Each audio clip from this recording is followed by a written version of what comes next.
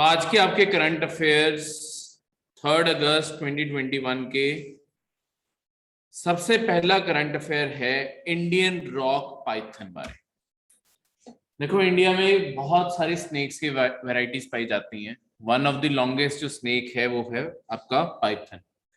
ये जो पाइथन होता है ये आपके ट्रॉपिकल और सब ट्रॉपिकल रीजन में पाया जाता है, इंडियन और साउथ ईस्ट एशिया। अब ये क्या इलाके हैं और कहाँ पाया जाता है? साउथ ईस्ट एशिया और इंडियन सब कॉन्टिनेंट। इंडियन सब कॉन्टिनेंट मतलब पाकिस्तान, इंडिया, श्रीलंका, बांग्लादेश, नेपाल, भूटान, ये सारा इंडियन सब कॉन्टिनेंट हो गया।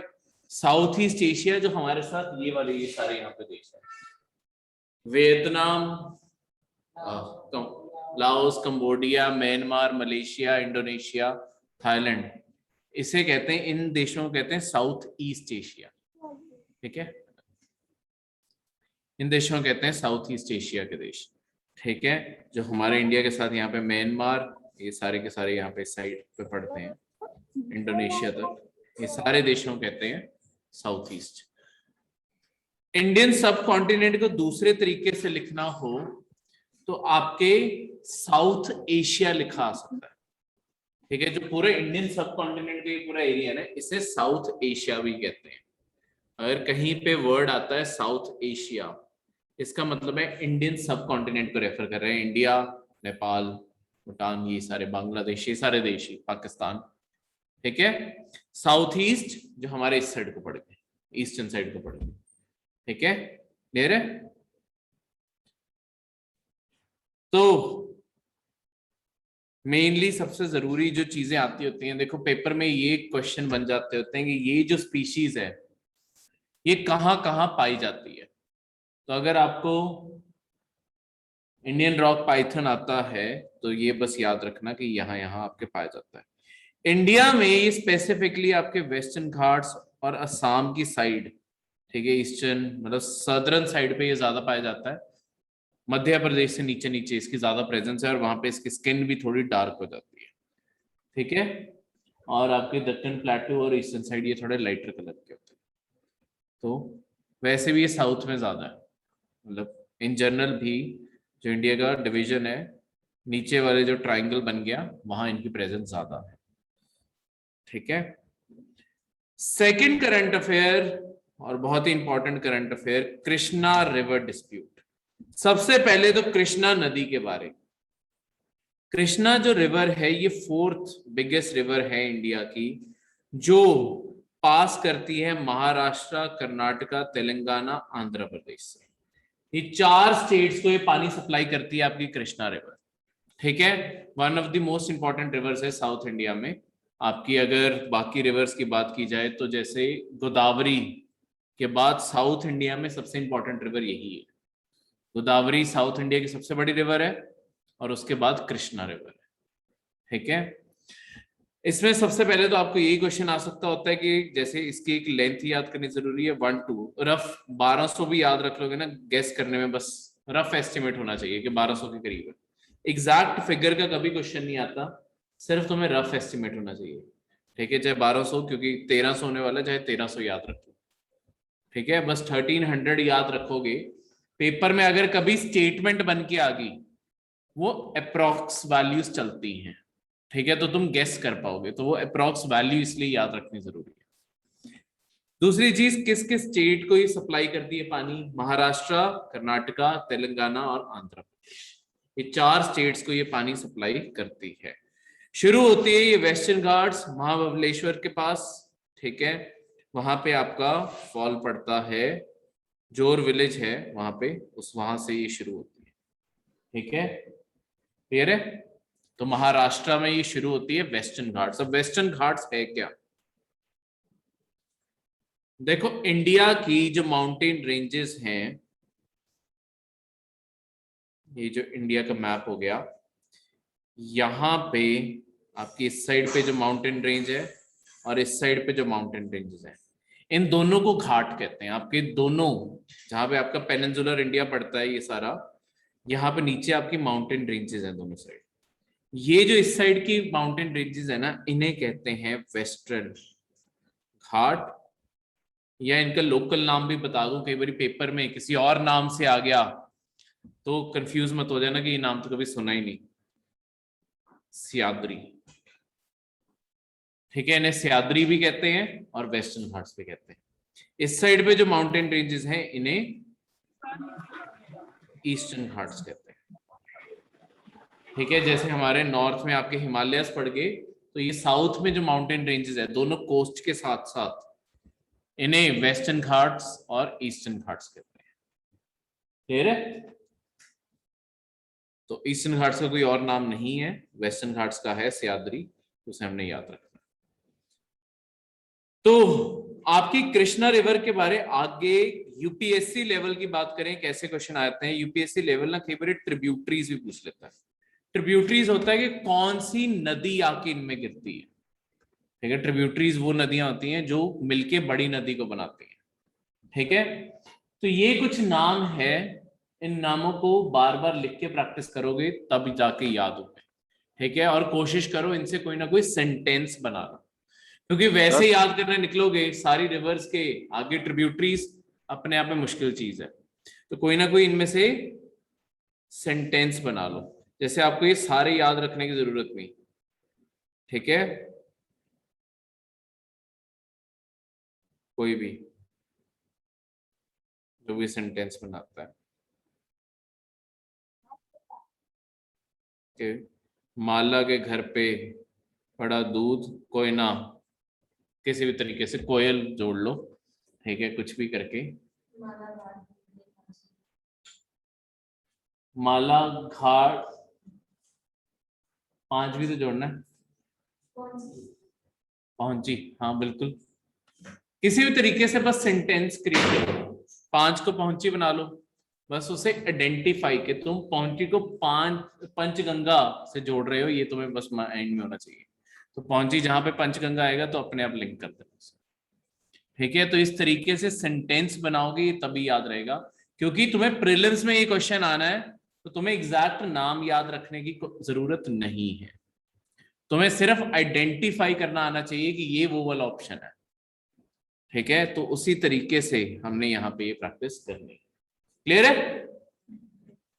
अगला इसी के साथ जुड़ा हुआ जो चीज है, जो आज का आपका एक्चुअली करंट अफेयर था, ये जो इतनी स्टेट्स में पानी जाता है, अब प्रॉब्लम क्या आती है कि हर स्टेट डैम्स बनाने लग जाती है। तो आपकी अगर अपस्ट्रीम देखो, आपकी जब रिवर फ्लो करती है, दूसरे शीट पे समझाता हूं,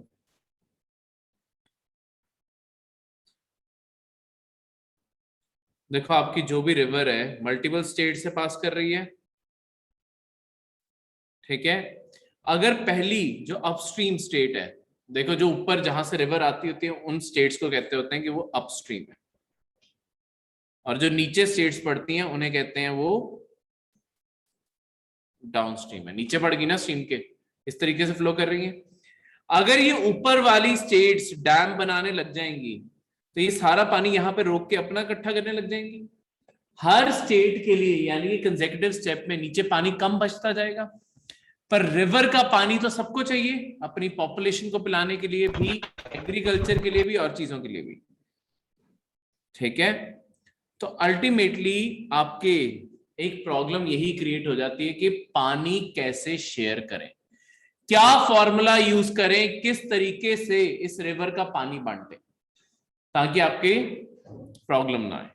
पर इसके कारण क्या है कि देखो जैसे जैसे आपकी ग्लोबल वार्मिंग बढ़ती जा रही है, आपकी कई जगहों पे नदियां सूखती जा रही है, नदियों में पानी कम होता जा रहा है, कई नदियां फ्लड कर रही हैं, कई नदियां सूख रही हैं, दोनों इफेक्ट एक साथ हो रहे हैं। तो हमारी ये जो बड़ी नदियां और हमारी दूसरी साइड पॉपुलेशन बढ़ रही है इंडिया की, अब पॉपुलेशन बढ़ने से क्या हो रहा है, प्रेशर बढ़ रहा है पानी के ऊपर और ज्यादा, तो सबको पानी और ज्यादा सप्लाई में चाहिए।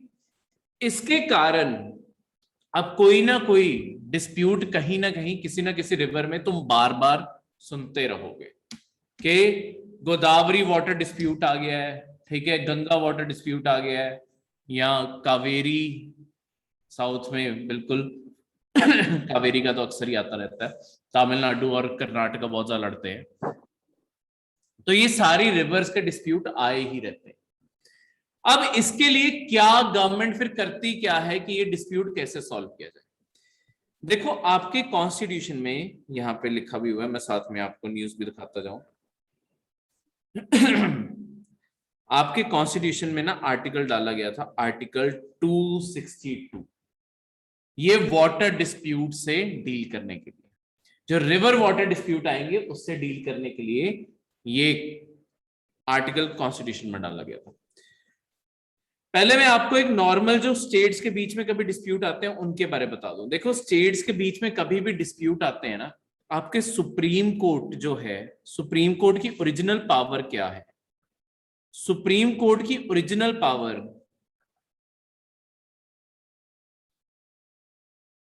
इसी चीज से जुड़ी हुई है कि अगर कभी भी दो स्टेट्स या स्टेट और यूनियन के बीच में कोई भी डिस्प्यूट आता है तो वो सॉल्व करने के लिए किसके पास जाएंगे? लेट्स सपोज कल आपके राजस्थान को कोई डिस्प्यूट आ जाए सेंटर की सरकार से, अब सेंटर थोड़ी फैसला करेगी, नहीं तो सेंटर तो अपनी साइड को फैसला कर लेगी। इनके बीच में कभी भी डिस्प्यूट आए कौन सेटल करेगा? ये आपके कॉन्स्टिट्यूशन ने पावर दी है सुप्रीम कोर्ट कि कोई भी स्टेट्स के बीच में या स्टेट्स और सेंटर के बीच में कोई भी डिस्प्यूट आता है उसे सुप्रीम कोर्ट सुलझाएगा। पर आर्टिकल 262 जो है वो स्पेसिफिकली ये कहता है कि जब बात आएगी वाटर डिस्प्यूट की तब आपकी सुप्रीम कोर्ट की पावर नहीं है इसमें। सिर्फ वाटर डिस्प्यूट सुप्रीम कोर्ट की जुरिस्डिक्शन से बाहर है, सुप्रीम कोर्ट वाटर डिस्प्यूट में दखल नहीं दे सकती। तो उसका क्या इफेक्ट होगा, कैसे किया जाएगा? कॉन्स्टिट्यूशन ने लिखा कि जब भी आपका कोई भी वाटर डिस्प्यूट अराइज होगा किसी भी स्टेट का, किसी भी रिवर का, उसके लिए खास ट्रिब्यूनल बनाया जाएगा। अब ये ट्रिब्यूनल क्या होता है? ट्रिब्यूनल एक स्पेशल टाइप के कोर्ट होते हैं, एक तरह से स्पेशलाइज्ड कोर्ट्स होते हैं जो टेम्पररी तौर पे या परमानेंट किसी स्पेशल टास्क के लिए बनाए जाते हैं। तो हर रिवर डिस्प्यूट के लिए एक नया ट्रिब्यूनल बनाया जाएगा। तो कावेरी वाटर डिस्प्यूट ट्रिब्यूनल अलग होगा, गोदावरी का वाटर डिस्प्यूट ट्रिब्यूनल अलग बना है, ठीक है, कृष्णा का अलग बना हुआ है, सबके ट्रिब्यूनल्स अलग बनते हैं। अब ऐसा क्यों है कि हमने सुप्रीम कोर्ट को ये ना पावर देते हुए एक अलग से कोर्ट बनाने की बात कर रहे हैं?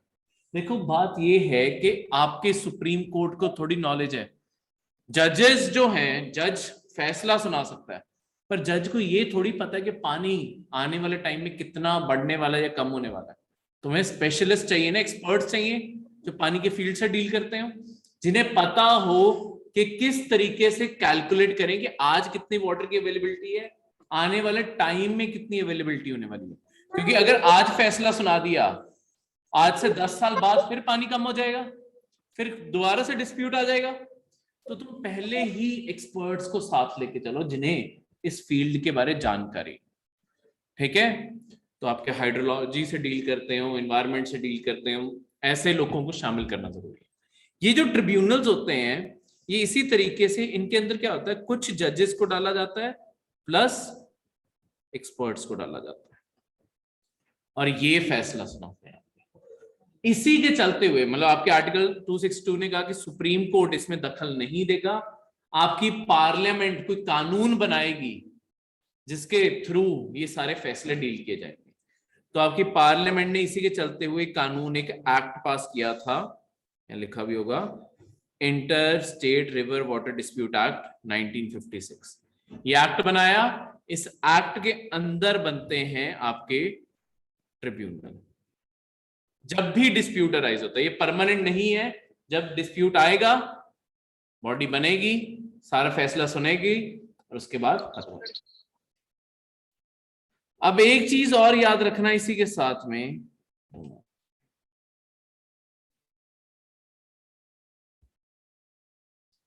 अब इसी के साथ एक चीज और याद रखना, ये जो एक्ट है और ये जो पूरे प्रोविजंस है, इवन कॉन्स्टिट्यूशन का प्रोविजन है, ये सिर्फ स्टेट्स के लिए, ये कभी पेपर में ऑप्शन बन के आ सकता है। स्टेट्स के अलावा क्या है इंडिया में?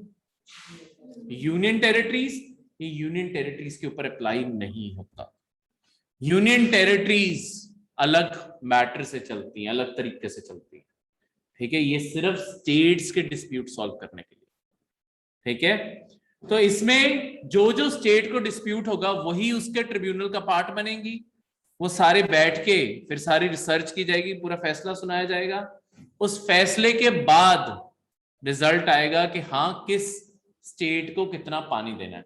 और वो पानी की अलॉटमेंट जो होती है ना, वो आपके क्यूबिक मीटर में भी की जाती है, ठीक है, मीटर क्यूब ऐसे लिख लो जैसे मर्जी लिखना चाहते हो, ठीक है, या और इसी के साथ साथ आपकी परसेंटेज में भी होती है, क्योंकि लॉन्ग टर्म में पानी कम भी होगा तो जितनी भी अवेलेबिलिटी है, लेट्स सपोज आज 100 मिलियन मीटर क्यूबिक पानी था आपके, कल अगर ये 50 ही रह गया तो आधा पानी तो वैसे ही चला गया। कल अगर कोई स्टेट कहे कि मुझे 50 अलॉट किया गया था तो नदी में बचा ही 50 है, वो थोड़ी सबको एक स्टेट को मिलेगा। फिर परसेंटेज पे आओ। पर अभी हमारे ये जो एक्ट है ना, इस एक्ट में बहुत ज्यादा प्रॉब्लम्स है।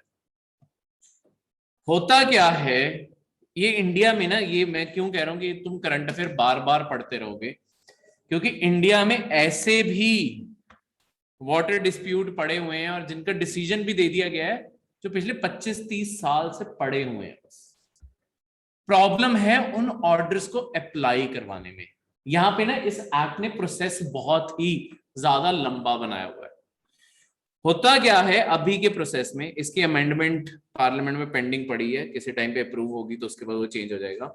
अभी क्या होता है, सबसे पहले जिन को डिस्प्यूट अराइज होगा, ठीक है, जिन स्टेट्स को डिस्प्यूट है, फिर वो इन्फॉर्म करेंगे, मतलब कैसे इतना टाइम निकलता है, वो पहले इन्फॉर्म करेंगे आपकी सेंटर की गवर्नमेंट को कि हमें डिस्प्यूट है। पहले सेंटर की गवर्नमेंट ट्राई करेगी कि चलो ट्रिब्यूनल बनाने की जरूरत ना पड़े, हम बातचीत कर लेते हैं, तो साल तो हम बातचीत में निकाल देते हैं। नहीं होती कोई बातचीत सॉल्व, फिर बनाते हैं हम ट्रिब्यूनल। अब ट्रिब्यूनल बनाया, एक्सपर्ट्स को टाइम देना भी जरूरी है ताकि वो सारा का सारा सर्वे कंडक्ट कर सके, पानी पता लगा सके, आने वाला टाइम सारे प्रोडिक्शंस बैठा सके, तो उन्हें और साल 2 साल लग जाते हैं, ठीक है। इसके बाद सारा डिस्प्यूट सॉल्व करके आपके ट्रिब्यूनल का ऑर्डर भी आ गया, तो यानी कि यहां तक पहुंचते पहुंचते हमें कुछ अराउंड 3 साल लग जाते हैं। पर 3 साल भी वाटर डिस्प्यूट के लिए कोई बुरी चीज नहीं है कि चलो ये इसे भी जल्दी मानेंगे। इसके बाद आती है प्रॉब्लम, मतलब आनी नहीं चाहिए तब भी सिस्टम में प्रॉब्लम। इसके बाद प्रॉब्लम है कि आपके ये ऑर्डर साइन होना चाहिए प्रेसिडेंट के ऑफिस से। यहां पे सबसे पहले डिले आता है। कई बार प्रेसिडेंट के ऑफिस तक फाइल ही नहीं पहुंची है तो साइन नहीं कोई करवाता, उससे पड़ी हुई है बस। जब तक प्रेसिडेंट के साइन नहीं होंगे तब तक ऑर्डर नहीं जारी होगा। इसके बाद अगली चीज है, जो गवर्नमेंट का ऑफिशियल गैजेट पब्लिश होता है, उसके अंदर ऑर्डर पब्लिश होना चाहिए। ये जो स्टेप है ना, है कुछ भी नहीं, प्रेसिडेंट को बस साइन करने हैं। गैजेट क्या है, हर 3 महीने बाद सरकार बुक पब्लिश करती है अपनी के पिछले 3 महीने में क्या क्या किया सरकार ने, उसमें बस पब्लिश करवाना है, ये ऑर्डर है। पर 15-15 साल तक यही नहीं होता सरकार से, और ये ऑर्डर यहीं फंसे रह जाते हैं। अब होता क्या है, जब जाके ऑर्डर अप्लाई करवाओगे 15-20 साल निकल गए, स्टेट साथ के साथ फिर से डिस्प्यूट में आ जाती है, क्योंकि अब पानी फिर कम हो गया, जरूरत फिर बढ़ गई है, तो कोई भी स्टेट उस ना परसेंटेज पे मानती है, ना वाटर शेयरिंग तो उतनी बची नहीं है। परसेंटेज में वो कहते हैं कि हमारी नीड नहीं पूरी हो रही, हम कहां से दे दें। जैसे तमिलनाडु को जितना कावेरी का पानी अलॉट किया हुआ है, कर्नाटका कहता है उतना पानी बचा ही नहीं है, तो कर्नाटक फिर तमिलनाडु कहता है हमें तो चाहिए ही चाहिए, कर्नाटका कहता है डैम बंद है हमारे, हम नहीं देते, ठीक है। तो दोनों की बॉर्डर्स पे टेंशन क्रिएट हो जाती है, लोग लिटरली लड़ चुके हैं वहां पे, ठीक है, पानी को लेके। तो ये चीजें इस तरीके से हो सकती होती हैं, ठीक है। तो ये जो प्रोसेस है, अब इसे फास्ट ट्रैक करने के लिए अमेंडमेंट पेंडिंग पड़ी हुई है, अभी तक पार्लियामेंट ने पास नहीं की। उसमें क्या है, हर स्टेप के ना डेज फिक्स कर देने कि कितने दिन में क्या काम हो जाना चाहिए, और वो टोटल करके ही 2 साल रह जाएगा, तो उससे ऑर्डर्स बहुत जल्दी आने लग जाएंगे। पर वही बात है, अब पेंडिंग पड़ी हुई है, सरकार के पास मेजोरिटी भी है, पता नहीं क्यों नहीं कर रही, ठीक है, पर ये अभी तक ऑर्डर्स पेंडिंग पड़े, ठीक है। तो जब ये अप्लाई हो जाएगा तब ये चीज की जाएगी, क्लियर है। तो ये सारी की सारी चीजें यहाँ पे लिखी हैं। अब अगला करंट अफेयर है कोल माइन इन इंडिया, जितनी भी हमारी माइंस है। देखो यहाँ पे ना एक लिस्ट, जनरल लिस्ट दे दी है मैंने कि कौन सी कोल माइन कहाँ पे है। ये जो है इस टाइम के लिए सिर्फ रीड कर लेना। ये जब ज्योग्राफी ऑफ इंडिया सब्जेक्ट आएगा ना, उसमें एक्चुअली हम इसे मैप्स के साथ पढ़ते हैं। ये अपने आप में समझनी मैं मानता हूँ कि मुश्किल है करंट अफेयर में, पर क्योंकि करंट अफेयर पूरा साल तुम्हारे साथ रहने वाले हैं और उतने में वो सब्जेक्ट कंप्लीट कर लोगे, फिर इसकी अंडरस्टैंडिंग आ जाएगी। ये चीज तुम्हें वहां जाके ज्यादा बेटर समझ आएगी। बिना मैप के डायरेक्ट रट्टा मारना मुश्किल है, पर एक बार बस पढ़ लेना। बाकी याद करने की अभी मैं मानता हूं अभी याद नहीं होने वाला, क्योंकि अपने आप में जब तक मैप के साथ नहीं करोगी अपने आप में मुश्किल टास्क है। ठीक है, और यहाँ पे बहुत सारे नाम लिखे हैं, हमने कुछ फिल्टर आउट करके ही नाम याद करने हैं, तो उसी तरीके से याद कराओ। ठीक है, तो आपके इंडिया की बस इससे एक एस्टिमेट ले लो कि कौन सी हमारी स्टेट में माइंस एग्जिस्ट करती हैं, जैसे झारखंड, वेस्ट बंगाल, छत्तीसगढ़, उड़ीसा, ठीक है, तेलंगाना, तमिलनाडु, महाराष्ट्र, असम, मेघालय। तो आपके ज्यादातर अगर तुम इन सारी स्टेट्स का नाम देखोगे ना, आपका जो ईस्टर्न इंडिया है ये सारे इलाके में आपका कोल पाया जाता है। यहाँ से नॉर्थ ईस्ट की तरफ चले जाएंगे, ये सारा ये जो बेल्ट है आपके कोल इस साइड पे पाया जाता है। नीचे तमिलनाडु से लेके ऊपर मेघालय यहाँ तक आ गया, ये पूरी बेल्ट में पाया जाता है। ठीक है, तो इसी से इस तरीके से पूरा मैप ड्रॉ करके करेंगे, क्योंकि इसी एरिया में सारे पाए जाते हैं, उसी तरीके से मैप ड्रॉ करेंगे। बस करंट अफेयर था तो इसलिए मैप में लिख दिया एक बार यहाँ पे करंट अफेयर। नेक्स्ट है तुम्हारे इंडिया की डिजिटल करेंसी का प्रोटोटाइप तैयार हो रहा है, जिसे कहेंगे ई रूपी। ये रूपी के स्पेलिंग इसमें यही होने वाले हैं, RUPI। ठीक है, ई रूपी। ये क्या है, आपकी गवर्नमेंट ने लॉन्ग टर्म में, अब जैसे आपकी क्रिप्टो करेंसीज एग्जिस्ट करती हैं, बिटकॉइन, इथेरियम, डॉज कॉइन, ये सब कुछ, वैसे ही इंडिया की गवर्नमेंट अपनी खुद की करेंसी बनाने लगी है। पर उसे कॉमन सर्कुलेशन में इंडिया में कैसे लाना है, उसके लिए बहुत सारे चैलेंजेस आने वाले हैं। क्या क्या इंफ्रास्ट्रक्चर चाहिए होगा, क्या क्या कैसे अप्लाई करवाना है। तो अभी ट्रायल्स के तौर पे ई रूपी शुरू किया जा रहा है। ई रूपी या तो आपके QR कोड के थ्रू भेजा जाएगा या SMS स्ट्रिंग वाउचर बन जाएगा। एक तरह से मतलब ये क्या होगा, एक तरह से जैसे गिफ्ट वाउचर होते हैं ना, वैसे कि रिचार्ज के तौर पे अभी काम करेगा ये। ठीक है, कि 300 रुपए का आ गया, 500 रुपए का आ गया, वो वाउचर जोड़ा होगा। अब इसके आगे क्या है, ये स्ट्रिंग बेस्ड ई वाउचर का क्या मतलब है। अगर कोई तुम्हारे पास जैसे 300 रुपए आते हैं, तुम किसी और को भेजते हो, वो एक पूरा लॉग बनता जाएगा उस स्पेसिफिक करेंसी का, जो तुम्हें एक्सेसिबल नहीं होगा या किसी और को एक्सेसिबल नहीं होगा, सेंट्रल बैंक को एक्सेसिबल होगा कि कौन किसे पैसे भेज रहा है। ठीक है, तो वो हर रुपी के साथ ये स्ट्रिंग अटैच किया जाएगा। तो यही आपकी डिजिटल करेंसीज में देखा जा रहा है कि लॉन्ग टर्म में ऐसी हम चीज बना दें, नीचे जाकर बताता हूं जिन्हें, ये क्रिप्टो करेंसी है क्या। क्रिप्टो का अपने आप में मतलब होता है कोई भी जो डिजिटाइज चीज है, क्रिप्ट की गई है कि कोडिंग की गई है उसकी। तो करेंसी की कोडिंग कर दी तो वो क्रिप्टो करेंसी बन गई। अब इसमें क्या होगा कि अलग अलग जगह पे जो आपके सर्वर्स हैं वो सब अपना अपना लॉग मेंटेन करेंगे। तो कोई भी रुपी कहीं पे भी गया है, किसी भी A person to B person, फिर B से Z, Z से M, किसी पर्सन को ट्रांसफर होता जा रहा है, वो उस पूरे रुपी का ट्रैक रिकॉर्ड यहाँ पे एग्जिस्ट करेगा, हर एक रुपी का। कि रुपी यहां से सबसे पहले इसे अलॉट हुआ था, इसने इसे दिया, इसने इसे दिया, करते करते ही आपका रुपी ऐसे मूव कर रहा है। तो आपके पूरे रुपी का एक ट्रांजैक्शन की हिस्ट्री निकाली जा सकती है कि वो रुपी मूव कैसे किया। ठीक है, क्लियर है।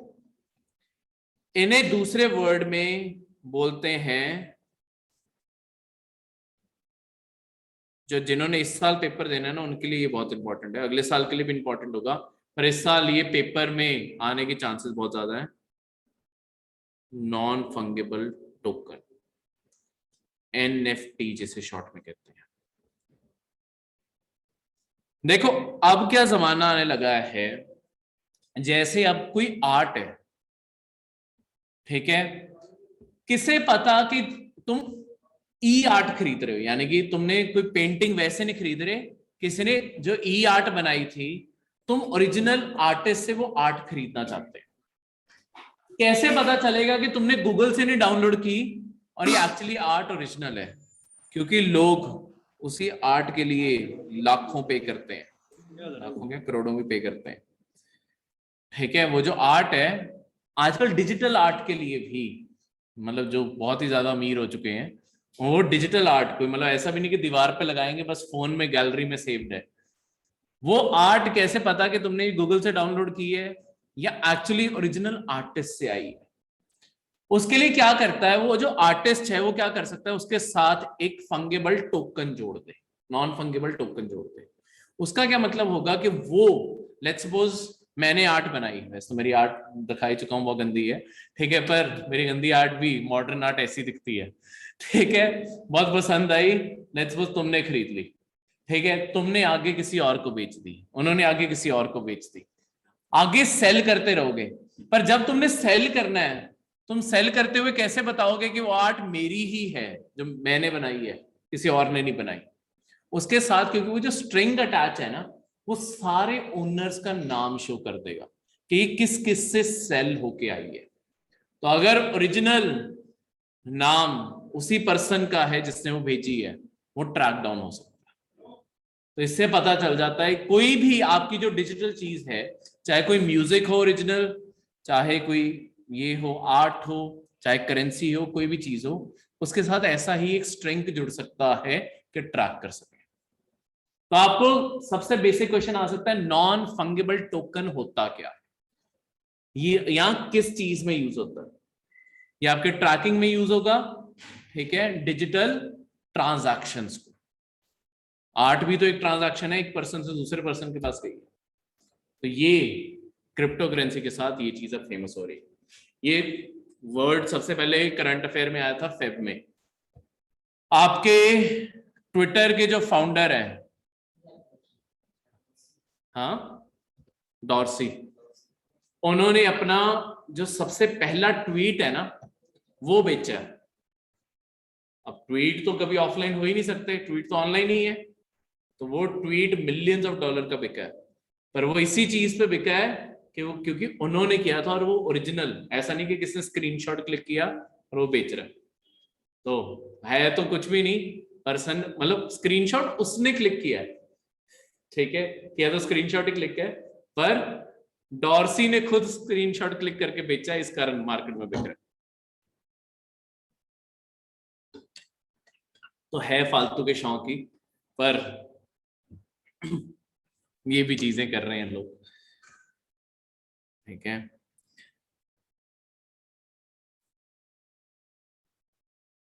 अंधा पैसा लोगों को भी तो अंधा कर देता है।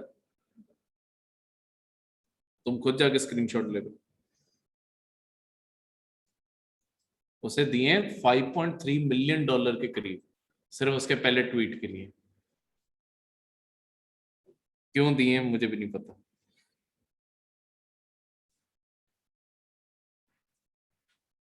चलो, अगला करंट अफेयर है आपका फूड फोर्टिफिकेशन के बारे में। देखो होता क्या है, आप अगली बार, कई बार ना आपके फूड जो प्रोडक्ट्स खरीदते हैं ना, उसके ऊपर एक लाइन टॉप पे या बॉटम पे लिखी होती है, उसके ऊपर लिखा होता है फोर्टिफाइड फूड। तो ध्यान से पढ़ना, आज तक नहीं देखी होगी तो अब देखना, ठीक है, उनके ऊपर लिखा होता है। इसका मतलब क्या है कि वो जो भी आप खाने के आइटम खरीद रहे हो, उसके अंदर एडेड माइक्रो न्यूट्रिएंट्स हैं, मैक्रोनी माइक्रो। मैक्रो वर्ड का मतलब होता है जो ज्यादा चाहिए हमारी बॉडी को, जैसे कार्बोहाइड्रेट्स, फैट्स, ये जो चीजें हैं ये ज्यादा चाहिए हमारी बॉडी को। माइक्रो का माइक्रो का मतलब है जो बहुत ही कम क्वांटिटी में हमारी बॉडी को चाहिए, पर चाहिए जरूर। जैसे कि अगली बार आपका जो टूथपेस्ट है, टूथपेस्ट के बैक साइड पे लिखना, उसके ऊपर भी लिखा होगा फोर्टिफाइड। टूथपेस्ट के अंदर फ्लोराइड होता है ना, फ्लोराइड उसके अंदर इसीलिए डाला गया है क्योंकि वो हमें थोड़ी सी क्वांटिटी में हमारी बॉडी को चाहिए फ्लोराइड। क्योंकि वो तुम्हारे दांत और ओवरऑल जो आपकी बोन्स की मेंटेनेंस है, हड्डियों की जो मेंटेनेंस है, उसके लिए चाहिए। पर अगर फ्लोराइड ज्यादा होगा, मतलब अगर जितना वो एड में अपने टूथपेस्ट को भरते हैं अगर उतना एक्चुअली यूज करने लग जाओ, तो फ्लोराइड बोन्स को डिके भी कर देता है, साड़ भी देता है। तो हमें छोटी क्वांटिटी में ये जो न्यूट्रिशंस चाहिए, उन चीजों को फोर्टिफाइड किया जाता है। कई बार अगर वो खाने में मिसिंग है, जैसे जो आप नमक खाते हो, व्हाइट सॉल्ट है, उसमें क्या होता है, मतलब वो तो फॉर्मूला है, कुछ उसमें ऐड किया जाता है, आयोडीन। आयोडीन ऐड किया जाता है, वो माइक्रो न्यूट्रिएंट है जो हमारी बॉडी को चाहिए। आयोडाइज्ड नमक लिखा होता है ना, वो फोर्टिफिकेशन जोड़ा गया है, ओरिजिनली उसका पार्ट नहीं था, आयोडाइज उसे किया गया, आयोडीन उसमें जोड़ा गया। तो ऐसे जो छोटे छोटे से आपके रिक्वायरमेंट्स हैं, जैसे बी ग्रुप के विटामिन, आपके आयरन, जिंक, ये सारी चीजें ना आपके आटे में या कुकिंग ऑयल में एक्स्ट्रा जोड़ी जाती है। ठीक है, विटामिन हो गए, ये सब कुछ हो गया, ये एडिशनली इसमें डाली जाती है, ताकि जो हमारी बॉडी की रिक्वायरमेंट्स हैं वो अपने आप पूरी हो सके, जो या तो हमारी बॉडी बनाती नहीं है या जो हम खाते हैं उसमें मिलता नहीं है। ठीक है, तो उसे फोर्टिफिकेशन से जोड़ दिया जाता है। पर एक तो चीज याद रखना, माइक्रो वर्ड आए, मैक्रो नहीं, सिर्फ छोटी क्वांटिटी की चीजें, बड़ी क्वांटिटी की नहीं। क्लियर है, ये सारी चीजें इसी में। अब इसी से दूसरी जो चीज आपके पेपर में करंट अफेयर में थी, global alliance for improved nutrition, gain जिसे कहते हैं। ये एक इंडिपेंडेंट नॉन प्रॉफिट फाउंडेशन है, जिनीवा स्विट्जरलैंड में बेस्ड है। ठीक है, इसका काम है आपकी दुनिया भर की सरकारों और कंपनियों, पब्लिक प्राइवेट पार्टनरशिप है, सरकारों को भी कहना और कंपनीज को भी कहना कि वो अपने प्रोडक्ट्स कैसे और बेटर बना पाए कि हमारी जो माइक्रो न्यूट्रिएंट रिक्वायरमेंट्स हैं वो पूरी हो सके। तो इसके थ्रू देखो, एक बहुत बड़ी, इंडिया क्या बहुत सारी कंट्रीज फेस करती हैं माल न्यूट्रिशन की प्रॉब्लम।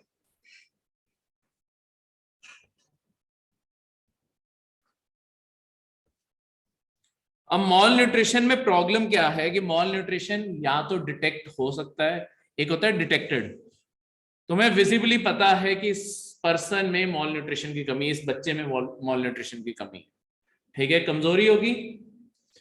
एक होता है इनविजिबल मॉल न्यूट्रिशन, हमें लगता है कि हम सारे, हमें वाइटामिन मिनरल सब कुछ पूरा है, पर टेस्ट कराओगे कोई ज्यादा ही ऊपर होगा, कोई ज्यादा ही नीचे होगा। तो क्योंकि हमारी बैलेंस्ड डाइट नहीं है। ठीक है, प्रैक्टिकल चीज है, आज जो मॉडर्न डे हम खा पी रहे हैं, हमारी बैलेंस डाइट नहीं है, हमें सारे न्यूट्रिशन नहीं मिलते, तो हम भी कई चीजों में मॉल न्यूट्रिशन, हमें कमी हो सकती है।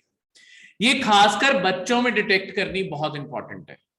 बच्चों में डिटेक्ट करनी क्यों इंपॉर्टेंट है? बच्चों को दो प्रॉब्लम्स हो सकती हैं मॉल न्यूट्रिशन से, एक को कहते हैं स्टंटिंग और एक को कहते हैं वेस्टिंग। ये होता क्या मैं बताता हूं। स्टंटिंग माना जाता है एज टू हाइट। देखो हर 5 साल के बच्चों तक ये देखा जाता है, अगर एक ना मिनिमम बैरियर सेट कर दिया गया है कि 5 साल के, मतलब 1 साल का बच्चा कम से कम इतने सेंटीमीटर का होना चाहिए, 2 इतना, 3 इतना, तो हर एज ग्रुप का एक मिनिमम नंबर सेट कर दिया गया कि उन्हें इतने सेंटीमीटर हाइट का तो होना ही चाहिए। अगर बाई चांस कोई बच्चा उस हाइट से कम है, उसे माना जाता है कि उसे न्यूट्रिशन की कमी होगी, तो उसे अगर उस बच्चे ने वो मिनिमम हाइट नहीं अचीव की, उसे बोला जाता है ये बच्चा स्टंटेड है, उसकी हाइट उतनी रिक्वायर्ड में नहीं पहुंची। ठीक है, ये पहले 5 साल में देखा जाता है। दूसरी चीज है वेस्टिंग। ठीक है, वेस्टिंग होता है height to weight, weight to height, sorry.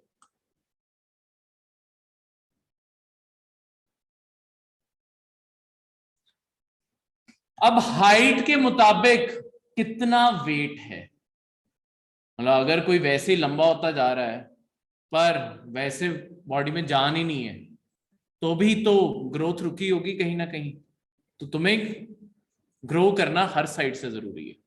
इस कारण उसे कहते हैं, जो बच्चा अपनी हाइट के मुताबिक मिनिमम वेट ना हो, उसे बोलते हैं कि वो बच्चा वेस्टेड है। ठीक है, और ये दोनों चीजें अल्टीमेटली इफेक्ट डालती हैं ब्रेन डेवलपमेंट। ये माना जाता है कि अगर पहले 5 साल बच्चे को नहीं अच्छा न्यूट्रिशन मिला, वो पूरी लाइफ, एक तो उसका इम्यून सिस्टम वीक होगा, यानी वो बार बार बीमार पड़ेगा। दूसरी चीज, वो अपने इंटेलेक्चुअल प्रोसेस में भी स्लो हो जाएगा। ठीक है, क्योंकि उसे न्यूट्रिशन पूरा नहीं है तो ब्रेन की डेवलपमेंट नहीं हुई, तो आगे चल के उसे एजुकेशन हर चीज में भी प्रॉब्लम आ सकती है। तो इसलिए पहले 5 साल पे खासकर मॉनिटर किए जाते हैं। ठीक है, क्योंकि ज्यादातर ब्रेन की डेवलपमेंट पहले 5 साल में हो जाती है। उसमें भी जो पहले 3 साल है उसमें 90% ब्रेन डेवलप कर जाता है। तो इस कारण अगर वहां पे हमने चेक कर लिया तो अपने आप सारी की सारी प्रॉब्लम सॉल्व हो जाती है। तो ये चीजें देखनी आपकी इसलिए जरूरी है, और इसलिए ये अलायंस बनाई गई है, और इसीलिए फूड फोर्टिफिकेशन की जाती है। क्लियर है? कोई भी डाउट आज के किसी भी करंट अफेयर में? नहीं? तो ये थे आपके आज के करंट अफेयर।